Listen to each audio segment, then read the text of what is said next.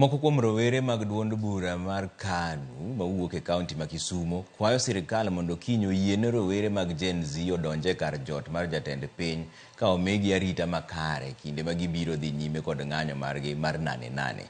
Giyango ni mano biro miyo Gen Z thuolo mar chwalo dwaro gi achiel kachiel ne sirkal.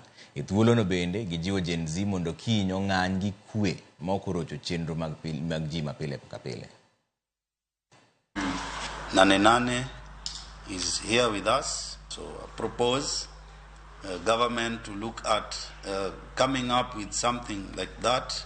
Nane, let the Gen Zs enjoy the resources of State House.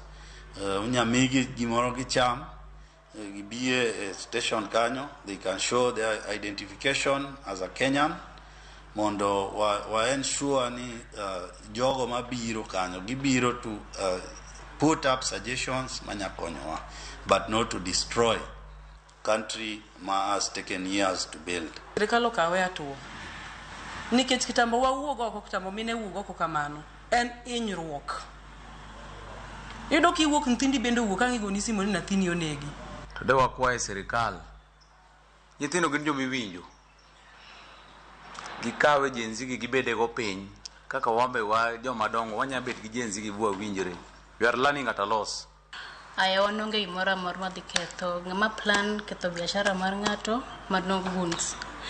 Like kaka wan Gen Z ok wadhi ketho business mar ngata, we will be peaceful, demonstrating to at least the government to what we want.